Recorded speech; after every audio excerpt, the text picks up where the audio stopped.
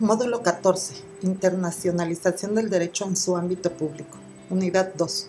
Derecho constitucional internacional. Sesión 6. Preguerra y guerra. Texto de apoyo. Presentación. Desde tiempos remotos, la guerra ha sido inherente al hombre que inicialmente la ejercía como parte de su subsistencia. Los primeros pueblos, por ejemplo, recurrían a ella para apropiarse de tierras y de personas. Durante muchos años, la guerra fue una costumbre común, pero con el surgimiento del derecho internacional durante el siglo XVIII se prohibió y se crearon medios jurídicos de solución pacífica para dirimir controversias y dar ayuda humanitaria a poblaciones heridas y civiles. Con base en lo anterior, esta sesión tiene como finalidad conocer los principales componentes de la preguerra y los mecanismos alternativos para evitar confrontamientos armados, identificando por otra parte las alternativas para indemnizar y preservar la paz. Derecho de preguerra. El estado de preguerra se define como la situación de tensión e incertidumbre entre dos o más estados que agravan y complican sus relaciones internacionales, lo que da como resultado una guerra armada. Ante tales decisiones, las naciones rompen relaciones diplomáticas, retiran sus embajadas y toda relación de intercambio comerciales. Hernández Vela menciona que lo que verdaderamente caracteriza al estado de preguerra es que se trata de una situación ocasionada y producida por una o varias causas concurrentes, que incluso puede ser un conflicto individual que se ha ido complicando paulatinamente y que al introducir un elemento anomalía en las relaciones internacionales, dos o más estados hacen prever un desenlace posterior hacia la guerra y prefijando los campos y posiciones del futuro combate. 2002. El estado de preguerra no es permanente, sino que aparece en casos violentos y de tensión. El papel del derecho internacional público es evitar en todo momento la guerra. Se puede distinguir el estado de preguerra cuando las relaciones internacionales entre naciones se deterioran tanto que hacen presumir una guerra armada. Sin embargo, hoy en día el conflicto armado entre estados no se realiza como en la antigüedad. Gracias al derecho internacional humanitario, se ha intentado concientizar a los estados para que respeten los derechos humanos fundamentales en combates armados nacionales o internacionales. Los conflictos armados muchas veces encuentran su explicación en situaciones originadas en un estado que, por sus dimensiones, rebasan el ámbito interno y se transforman en un conflicto internacional, como fue el caso de Ruanda, que causó un reclutamiento internacional. Se recomienda ver el siguiente video. Chatle S. y Notle N. 2004, Hotel Ruanda, una conmovedora historia de coraje. Hotel Ruanda narra la historia verdadera del héroe Paul Rusesabagina, gerente del hotel que con su valentía y astucia hizo acopio y liberación de 1,000 refugiados durante la guerra civil entre Tutsis y Hutus. En 2008, un grupo armado colombiano se introdujo en territorio de Ecuador. Su misión era atacar directamente a las Fuerzas Armadas Revolucionarias en Colombia, FARC, pero solamente pudo agredir un cuartel localizado cerca de la frontera de Ecuador. Este enfrentamiento fue consecuencia de no respetar los protocolos del derecho internacional, pero gracias a la conciliación y arreglo, la guerra no se concretó. Otros ejemplos son la invasión de Irak a Kuwait en 1991 y la incertidumbre entre las Coreas ocasionada por hechos donde la situación provocó un verdadero estado de preguerra. Hoy en día se cuenta con la Jurisdicción Penal Internacional, cuya misión es investigar violaciones provocadas por los estados y castigar actos graves que causen perjuicios a inocentes. No se debe perder de vista que hay diversas teorías que intentan explicar los actos de preguerra, tales como la teoría de la guerra justa, la prohibición de la guerra o la limitación de su uso por la Sociedad de Naciones. Sin embargo, pocos son los resultados positivos, pues las experiencias muestran que la cordura y la comunicación son elementos indispensables para restaurar la paz. Limitación del recurso de guerra en la sociedad internacional. El derecho internacional tradicional consideraba que la guerra era un hecho social inevitable y un derecho fundamental de los estados, pero con la creación de la Sociedad de Naciones, el recurso de la guerra se fue limitando como medio de resolución de conflictos. Así, el artículo 11 del Pacto de la Sociedad de Naciones consideró por primera vez que toda guerra o amenaza de guerra interesa a la sociedad entera, estableciendo además la obligación de los estados de someterse a los medios de solución pacífica antes de llegar a las armas. El recurso a la guerra está permitido contra los estados que no se adapten a esas conclusiones. Con la aparición del Pacto Briand-Kellogg del 27 de agosto de 1928, se prohibió la guerra y conflictos armados, lo que obligó a los estados a resolver sus diferencias, sea cual fuera su naturaleza u origen, a través de medios pacíficos y procedimientos jurídicos. El artículo primero del pacto establece que las partes condenan el recurso a la guerra para el arreglo de los conflictos internacionales y renuncian a ella como mecanismo de política nacional en sus relaciones mutuas. Finalmente, es importante referir la Carta de las Naciones Unidas, pues retoma el ya mencionado pacto y no solo prohíbe la guerra, sino que impone la paz como deber jurídico de los estados. Las únicas distinciones que se pueden hacer a esta obligación en caso de amenazas a la paz o actos de agresión son la legítima defensa y la acción. Cuadro 1, diagrama de Seara, 2003. La guerra como hecho social. Teoría de la guerra justa, San Agustín, Santo Tomás, Vitoria, Suárez, Baltasar de Ayala, etc. La reglamentación de la guerra. Convención de París 1856, Convención de Ginebra 1864, Convención de la Paz de la Haya 1899-1907. La limitación del recurso de la guerra. Pacto de la SDN 1919, la prohibición de la guerra, Pacto Briand-Kellogg 1928, la paz como obligación jurídica, Carta de las Naciones Unidas 1945. La fuerza en las relaciones internacionales. La fuerza en las relaciones internacionales se basa en utilizar los medios propios de defensa y protección con el fin de obligar e imponer las decisiones de un Estado sobre otro. Pereira, 2001. Los estados afiliados a la Organización de las Naciones Unidas tienen la obligación de abstenerse de recurrir al uso de la fuerza o amenaza contra la independencia política o la integridad territorial de cualquier estado o de cualquier forma incompatible con la Carta de las Naciones Unidas. Artículo 2, párrafo 4. Esto se amplía a cualquier recurso derivado de la fuerza, como podrían ser las represalias o bien el bloqueo, que son medios de presión distintos a la guerra. El uso de la fuerza no se excluye totalmente. Si bien es cierto que se prohíbe de manera general, también es permitida en forma particular. Su prohibición tiene dos obligaciones, una positiva y otra negativa. La positiva radica en que los estados deben recurrir a medios pacíficos de solución de controversias. Kipling, 2014. La obligación negativa va en el sentido de que no se debe hacer amenazas ni uso de la fuerza. Su permisión o autorización se basa en tres sucesos específicos. De conformidad con el artículo 42 de la Carta de San Francisco, las acciones coercitivas internacionales deben resolverse ante el Consejo de Seguridad y estas últimas tienen facultades que pueden ir desde sanciones económicas tales como bloqueos militares a dicho país, como sucedió con la Primera Guerra del Golfo Pérsico en 1991, donde después de varias medidas contra Irak, el conflicto se resolvió por el propio Consejo de Seguridad, que provocó el abandono de las fuerzas iraquíes del territorio de Kuwait.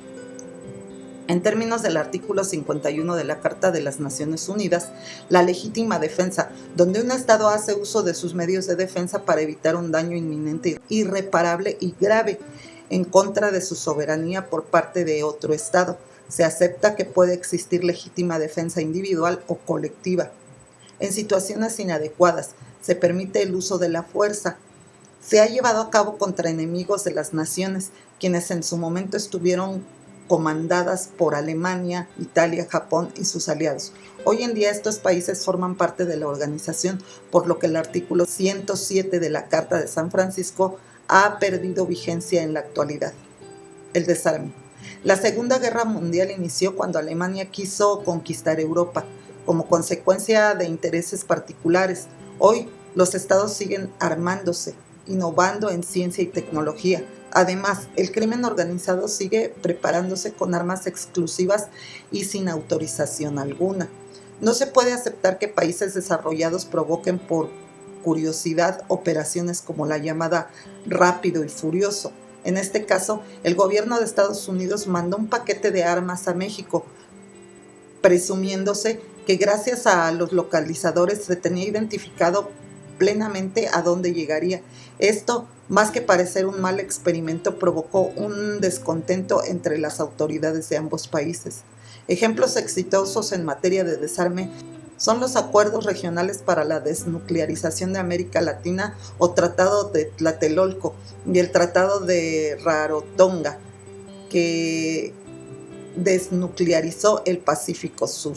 Aunque no son temas exclusivos y urgentes, las grandes potencias siempre tienen inquietudes por la limitación de armamento. Tal es el caso de China, que en la Cumbre Mundial de la Energía Atómica de 2010 externó su preocupación por proyectos nucleares que Corea del Norte e Irán llevaban a cabo. Sobre tratados de desarme, se puede mencionar las conferencias de paz de La Haya en 1899 y 1907, los nuevos intentos de la Organización de Naciones Unidas y en el seno de la Sociedad de Naciones. Para el caso del control de armas, destacan 5 de los más importantes: Tratado de Tlatelolco sobre la proscripción de las armas nucleares en América Latina de 1967, Tratado de la no proliferación de las armas nucleares de 1968, Tratado de prohibición del desarrollo, la producción y el almacenamiento de armas bacteriológicas y tóxicas y sobre su destrucción de 1972, Tratado de prohibiciones y restricciones al uso de armas convencionales que pueden considerarse excesivamente nocivas o de efectos indiscriminados de 1980 con sus 3 protocolos, Tratado de prohibición a la utilización, desarrollo y almacenamiento de armas químicas de 1993. Durante el siglo XIX se llevó a cabo 2 conferencias de desarme, comandadas principalmente por Rusia, sin resultados concretos sobre la paz, si bien se logró unificar y aprobar una reglamentación sobre la guerra misma. Posteriormente, con el Pacto de la Sociedad de Naciones, se incluyeron preceptos importantes para hacer obligatoria la reducción de armas y posteriormente con las conferencias de Ginebra de 1932 se logró prohibir el uso de las armas químicas y microbiológicas. En la Segunda Guerra Mundial apareció la bomba atómica y con ella la guerra adquirió dimensiones aún más alarmantes. Con estos sucesos la humanidad entera se pone en riesgo. A la fecha, gracias a múltiples tratados internacionales alcanzados por la comunidad americana y latinoamericana, se han alcanzado múltiples logros para prohibir y limitar armas masivas. Aunque tales avances han sido importantes, no se ha logrado erradicar totalmente el armamento. Con base en las similitudes entre los acuerdos de desarme, en términos generales, se ha procurado llevar a cabo lo siguiente. Es necesario que el equilibrio internacional de fuerzas sea gradual, ya que difícilmente los países poderosos resultarán perjudicados. Debe existir la seguridad de que ningún Estado incumplirá los tratados alcanzados. Por ello, debe implementarse un método de inspección y control eficaz y justo. En el supuesto de que un Estado incumpliera las obligaciones adquiridas, debe obligarse a ajustarse al plan de desarme y por ende ser juzgados por sus actos. La lista comprueba la dificultad de llegar a un acuerdo internacional en este campo. Sin embargo, las controversias internacionales en materia de desarme sirven como referencia para ayudar a conocer de mejor forma las situaciones que plantean las organizaciones internacionales para llegar a las mejores soluciones. La seguridad colectiva. La seguridad colectiva debe entenderse en 2 sentidos, comprendiendo el conjunto de garantías de que gozan los estados para prevenir el peligro de una guerra contra ellos, y en su sentido más amplio, a un modo de organización internacional del que no solamente trata de condenar y prevenir la guerra, sino también de hacer desaparecer sus motivos, creando sistemas de solución pacífica de conflictos internacionales. Rodríguez, 2003. Tanto el desarme como la seguridad colectiva están en un sistema general de seguridad colectiva, seguido por el procedimiento de solución pacífica de controversias, prohibición de guerra, acuerdos regionales y de organización internacional. La intervención.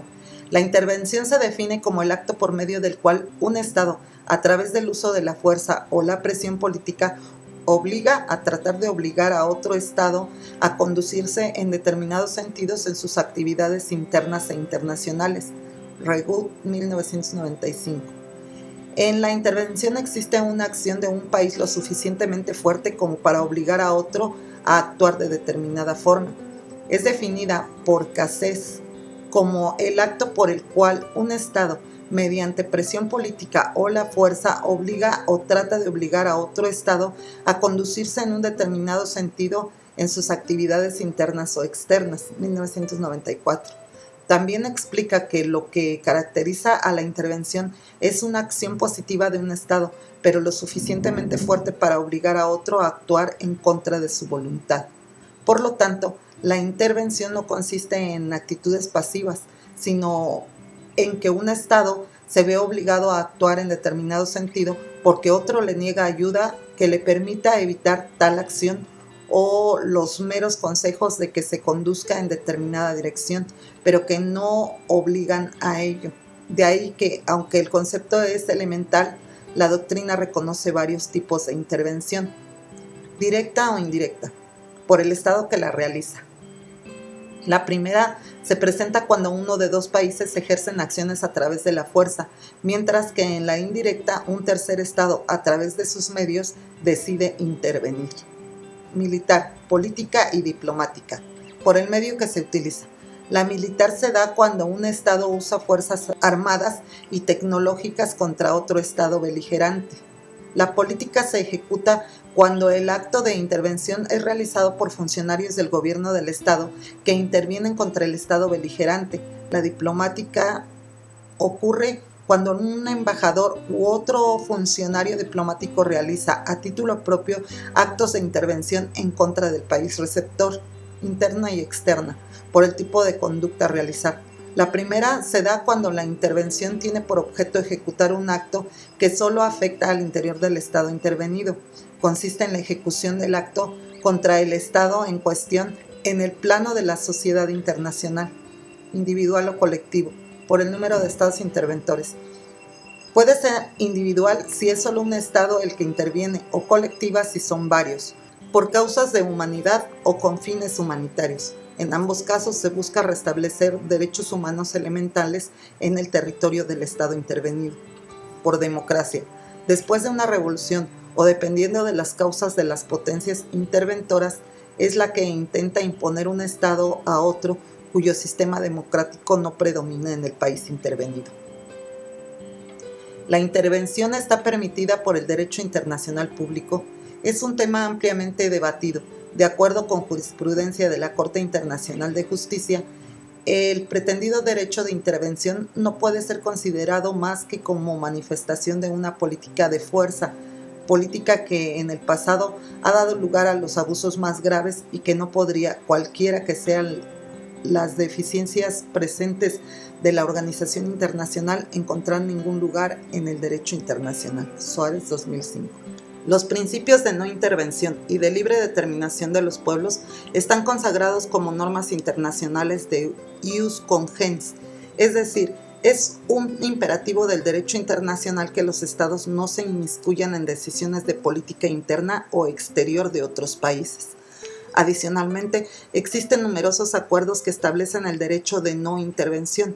Tal es el caso de la Carta de Bogotá de 1848, que da origen a la Organización de los Estados Americanos, OEA, pues afirma en su artículo 12 que es inadmisible la intervención entendida no solamente como fuerza armada, sino como toda forma de injerencia o tendencia atentatoria contra la personalidad política, económica o cultural del Estado.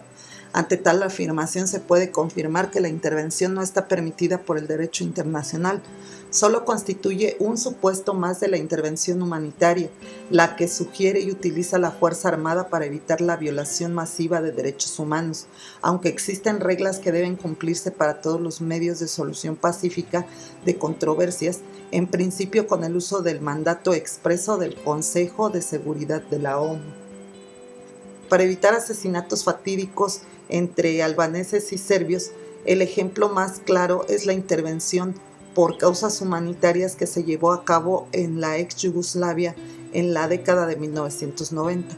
Así, el principio de no intervención se encuentra regulado como un principio que funda la Organización de Estados Americanos, la Convención de Montevideo de 1933 sobre derechos y deberes de los estados, el Protocolo de Buenos Aires relativo a la no intervención de 1936 y la propia Carta de Bogotá de 1948, el artículo 89, fracción 10 de la Constitución Política de los Estados Unidos Mexicanos, reformada en 1988, incorporó como principio de política exterior mexicana la no intervención. Después de analizar los actos ejecutados, es importante reflexionar sobre las decisiones buenas o malas e incluir en todas las circunstancias el principio de no intervención, aplicando el principio jurídico ubi lex non distinguiti, nec nostrum distinguire debemus. Donde la ley no distingue, tampoco nosotros debemos hacerlo. Creer y comprender que está prohibido para el gobierno mexicano apoyar y proteger intervenciones o actuaciones por causas humanitarias. Sassoli 2003 dice que incluso una parte de la doctrina habla de que se debe concluir lícita una intervención en cumplimiento a pactos internacionales o a solicitud del gobierno legítimo.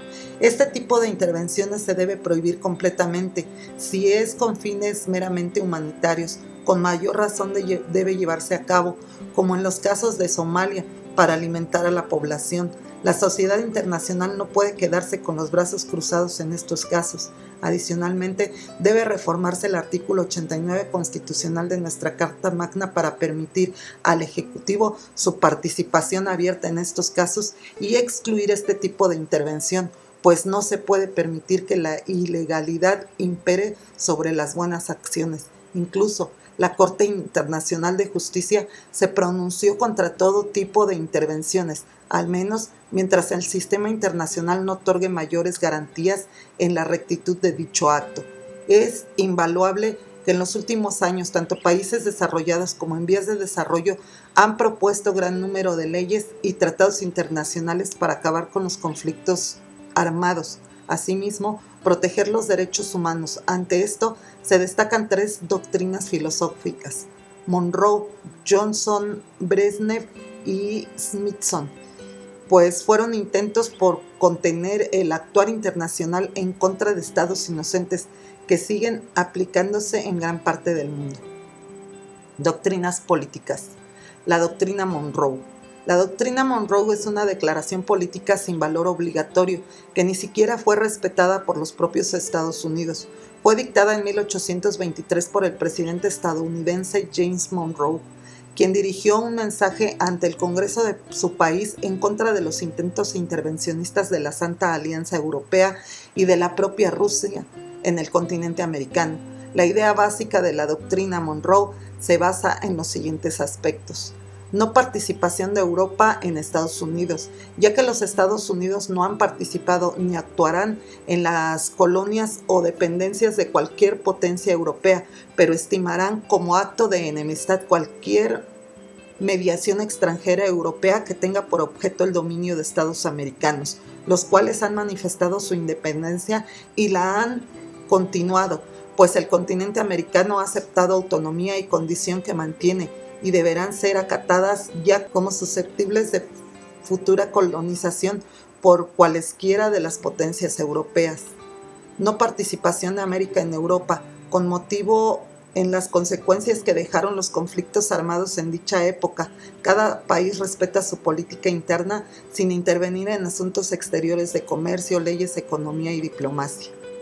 La injerencia que tuvo Estados Unidos en la independencia de Cuba y en la posesión de Puerto Rico, hoy Estado libre asociado a la Unión Americana, son pruebas de que la doctrina no se respetó. Otros ejemplos son las dos grandes guerras, en donde los Estados Unidos participaron tardíamente, pero fueron fundamentales para la decisión de ambos conflictos que podían considerarse como europeos. La doctrina Monroe fue rechazada por la misma Unión Europea y con el paso del tiempo en Estados Unidos el presidente Thomas Woodrow Wilson, con motivo de sus mejoras de leyes a nivel internacional, consiguió que se adhiriera y regulara en el Pacto de la Sociedad de Naciones. Así, en el artículo 21 aparece como los compromisos internacionales, tales como los tratados de arbitraje y las inteligencias regionales, entes regionales, como la doctrina Monroe, que asegura el mantenimiento de la paz, no se consideran incompatibles con ninguna de las disposiciones del presente pacto. Actualmente la doctrina Monroe no es respetada ni por los Estados Unidos, que la emitió, incluyendo a México y a otros estados. Lo que se conserva de la doctrina es la frase América para los americanos, pero se debe estar de acuerdo en que América se refiere a continente y los estados participantes son aquellos ubicados en el norte, centro y sur, lo que da lugar a una diversidad de razas, culturas, idiomas y costumbres. La doctrina Johnson-Brezhnev. La doctrina Johnson-Brezhnev nació con los sucesos de la Guerra Fría. Fue expedida en 1965 por el entonces presidente estadounidense Lyndon B. Johnson, en razón de la intervención de Estados Unidos en República Dominicana, cuyo asunto fue que los americanos intervendrían para evitar que los comunistas pudieran tomar el poder de aquel país o cualquier otro. Un claro ejemplo de esto se dio con Rusia en 1968, con la intervención del presidente soviético Leonid Brezhnev, quien a través de sus actos defendió por todos los medios que dicho Estado no cambiara su régimen de socialista a capitalista. Hubo múltiples enfrentamientos y combates violentos internos que se extendieron a otros estados, similar a la que se dio en Vietnam. Se sugiere revisar la siguiente fuente de información adicional para que puedas analizar el origen de la Guerra de Vietnam. Guerra de Vietnam, causas y consecuencias explicadas de forma sencilla. La doctrina Smithson. El 7 de enero de 1923 fue anunciada la doctrina Smithson por el secretario de Estado de los Estados Unidos, Henry Smithson, con argumento de que Japón intervino en asuntos en Manchuria. La idea principal era que el gobierno de este país consideraba que era su deber notificar tanto al gobierno de China como al gobierno japonés que no podía admitir la legalidad de cualquier situación de facto, ni tenía la intención de reconocer tratados o acuerdos concluidos por los gobiernos o sus agentes que pudieran dañar a los derechos adquiridos por tratados por los Estados Unidos o sus ciudadanos en China, no reconociendo tratado, situación o acuerdo que, contrario a las estipulaciones y obligaciones del Pacto de París de 1928. Los Estados Unidos no pueden aceptar una situación ilegal en su origen, donde el derecho internacional bien aplicado no podría reconocer. La doctrina Smithson fue reconocida por otros actos internacionales, como una resolución de la Asamblea de la Sociedad de Naciones, el Pacto Argentino de No Agresión y Conciliación de 1933, la Octava Conferencia Panamericana de 1938 y la Carta de Bogotá de 1948. Incluso México la retomó en su particular interpretación cuando se negó a dar reconocimiento a la intervención de Abisinia, Etiopía, por parte de Italia, violando de esta manera el artículo 10 del Pacto de París de 1928. En general, la doctrina establece que ante la falta de un ente superior que pueda hacer obligatorias, aún en contra de los intereses estatales, las normas del derecho internacional, existe en la sociedad internacional la figura de la autotutela. Jiménez, 1992.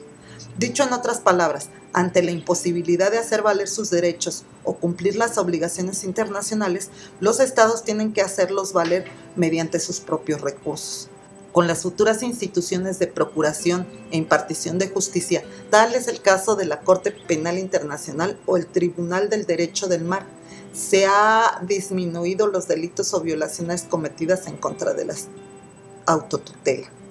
A continuación se revisará la retorsión, las represalias y el bloqueo pacífico como principales alcances de la doctrina Smithson. La retorsión.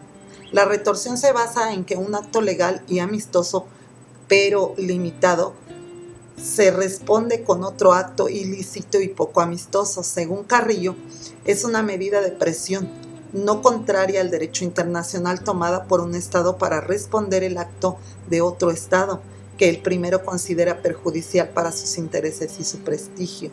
2001. Son ejemplos de retorsión la ruptura de relaciones diplomáticas, la retirada del exequatur a uno o a todos los cónsules y las restricciones en los visados de entrada.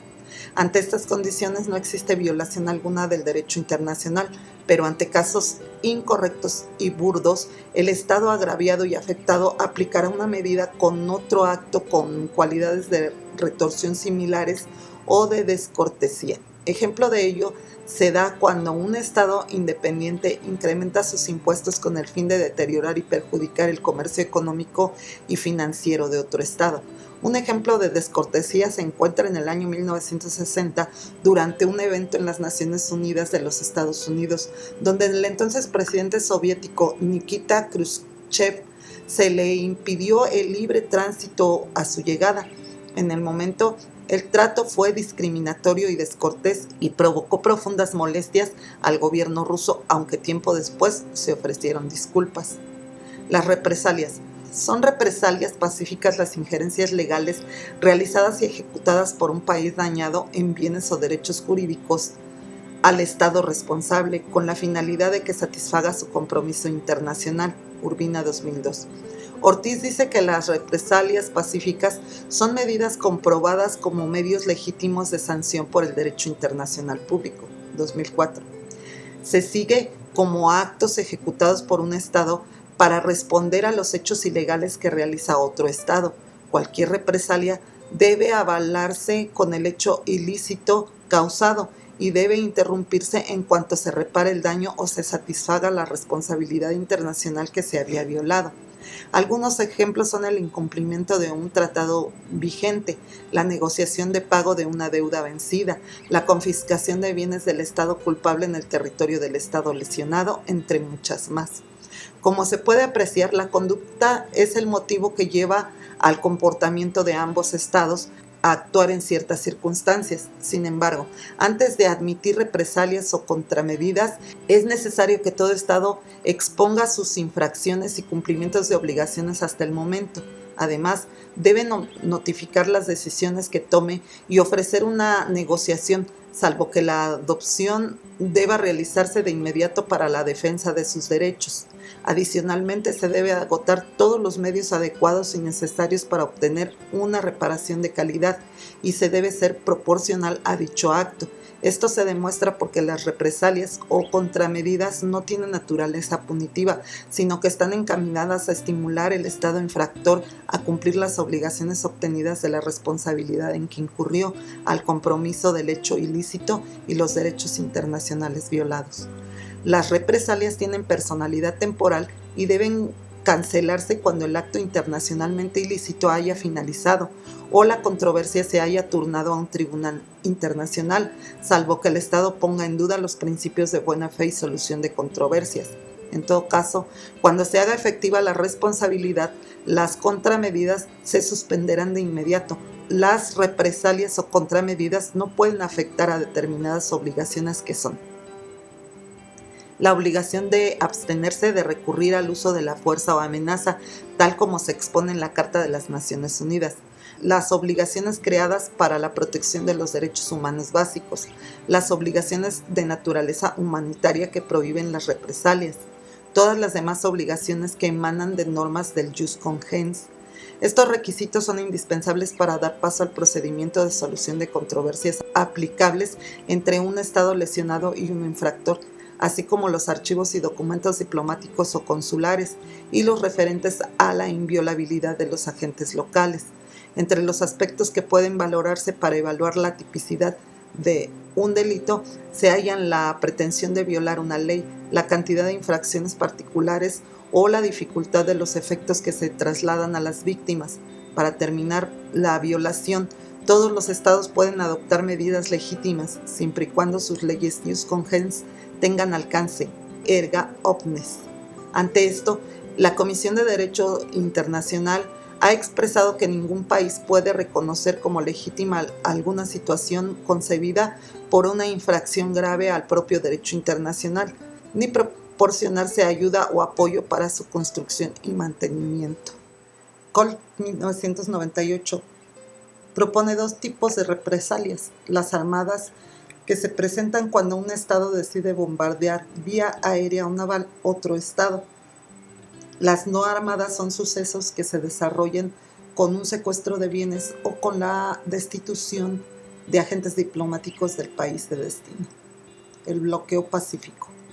El bloqueo pacífico se define como el medio de fuerza distinto a la guerra, pero destinado a forzar y obligar la intención de un Estado por medio de la obstrucción y bloqueo de sus puertos. Seara 2003. Después de la Segunda Guerra Mundial, el bloqueo pacífico se extinguió, pero en 1962 volvió a tomar importancia en el bloqueo de los Estados Unidos a Cuba, que hasta nuestros días subsiste, y cambiando ciertas ideologías de las oposiciones políticas y electorales. Seara 2003.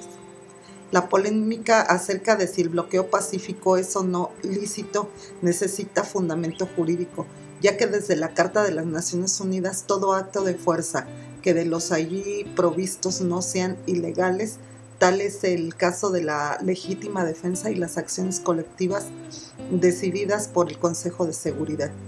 Seara 2003. El bloqueo pacífico es un medio de fuerza contrario a la guerra, destinado a exigir la intención de un país cuyas acciones están incomunicadas.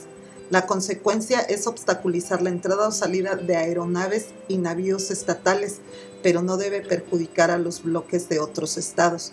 Según la teoría, los primeros bloqueos pacíficos se presentaron en Cuba en 1962 a petición e interés de los Estados Unidos, como respuesta al lanzamisiles soviético que iban a construirse. Todo acto debe analizarse minuciosamente respecto a si es legal o no, pues constituye un tema tangible para el derecho internacional. Concepto y elementos del derecho de guerra. La guerra es la lucha o disputa armada entre dos o más naciones, destinada a imponer la voluntad de uno de los bandos en conflicto.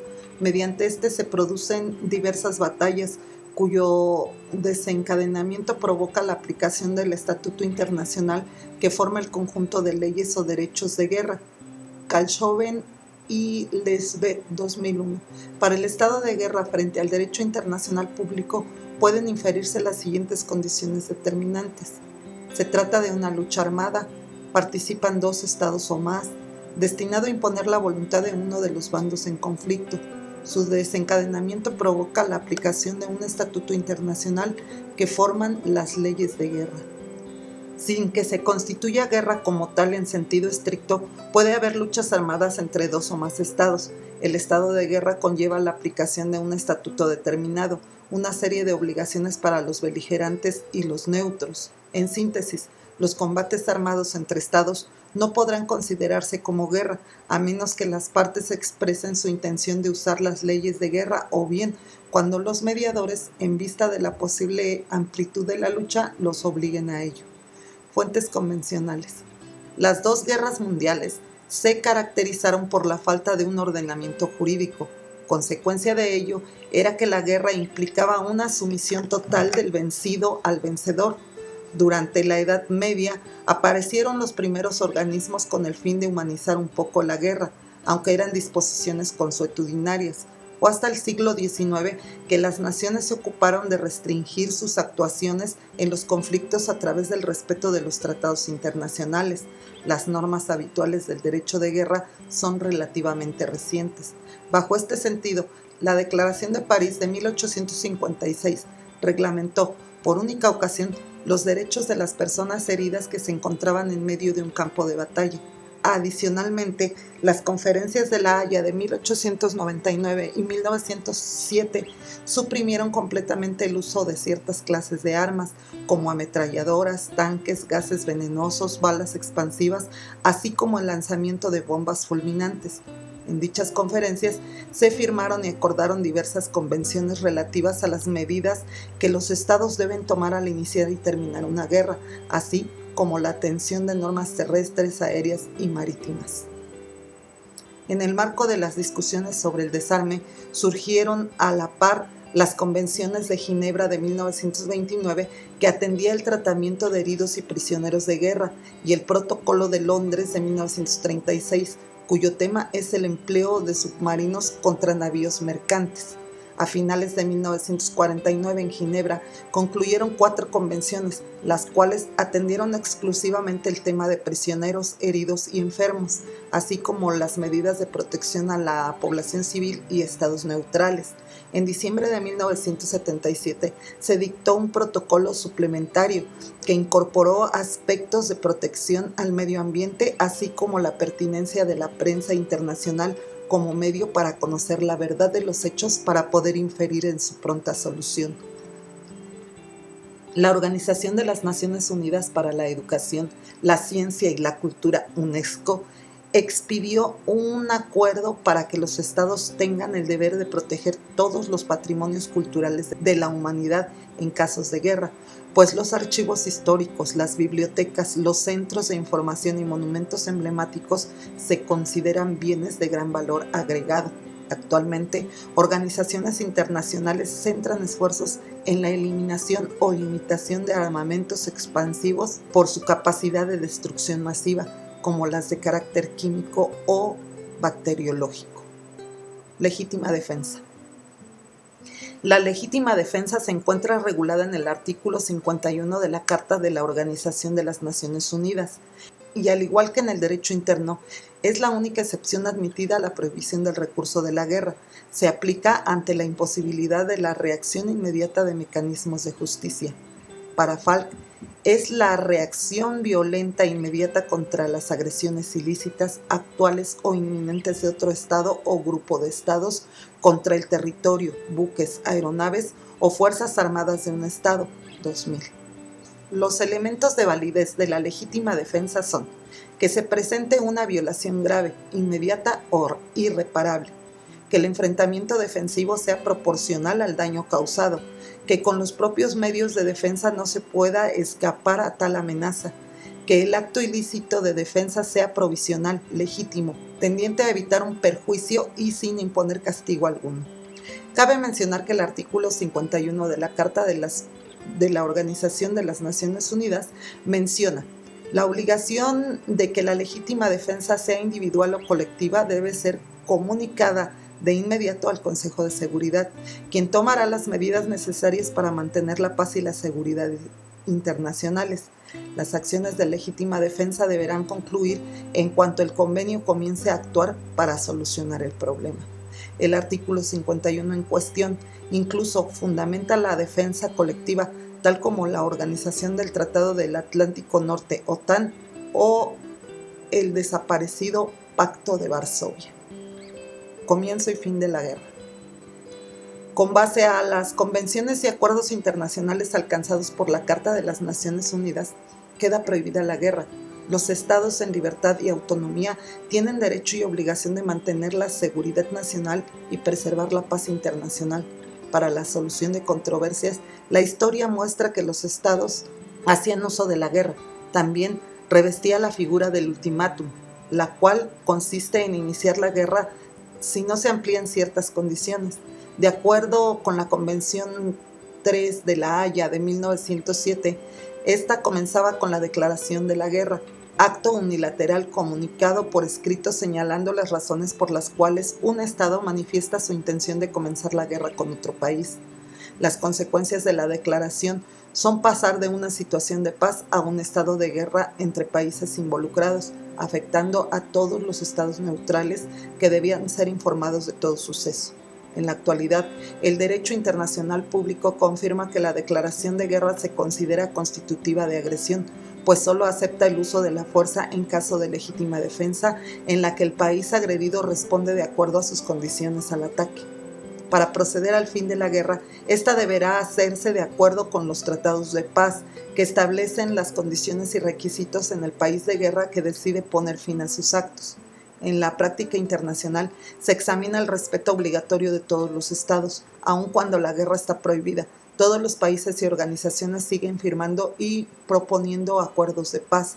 Tal es el caso de los acuerdos de paz de Daytona, que pusieron fin al conflicto armado de los Balcanes. La neutralidad. La neutralidad se presenta en forma de estatuto relativo a los estados que de forma voluntaria deciden no participar en una guerra, Rojas 2010, y mantienen la paz entre los países neutrales y fuera de todo conflicto. La principal característica de la neutralidad es el deber de imparcialidad de las naciones neutrales que se mantienen en comunicación con el resto de los beligerantes y la comunidad internacional, dependiendo de si el Estado es neutral para todos los conflictos armados o solo para algunos y de si posee armamento. Rojas 2010 distingue entre varios tipos de neutralidad. Perfecta. Es derivada de que ningún Estado está obligado a intervenir en una guerra, entre otros, salvo excepcional compromiso. Obligatoria. Es la resultante para un estado de la seguridad formal dada unilateralmente a los estados beligerantes, o la derivada de estricto compromiso en conjunto o por separado en relación con el conflicto actual o cuando se modifique la situación del país neutral. Relativa. Es la actitud nacional que, ante un conflicto armado entre dos pueblos, adopta una posición neutral en cuanto a las hostilidades entre sí o a la intervención armada a favor de uno u otro estado, pero con reserva de comerciar con uno de ellos en mayor medida que con otro. Imperfecta. Es la situación que prohíbe a un país declarar o hacer la guerra a cualquier otro país. El caso más claro de neutralidad lo conforma el Estado suizo. Al mismo tiempo se trata de neutralidad armada y perpetua.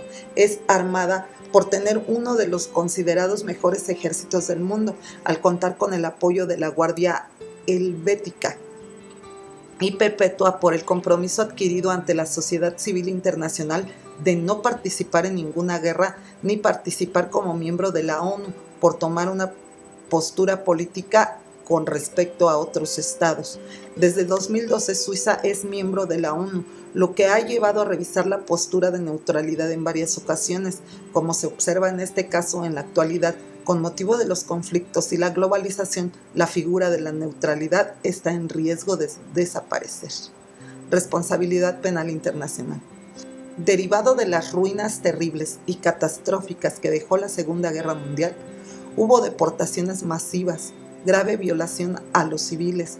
Las potencias ejes coincidieron con la necesidad de crear una instancia de procuración e investigación de delitos internacionales que juzgara a los responsables de estos crímenes. De esta forma nació el Tribunal Internacional de Nuremberg, que en su artículo 6 definió los crímenes más atroces según su competencia. Crímenes contra la paz consisten en la preparación, dirección, desencadenamiento y prosecución de una guerra de agresión, así como el desacato de los tratados internacionales. Crímenes de guerra, violaciones a las leyes, tratados y costumbres de guerra.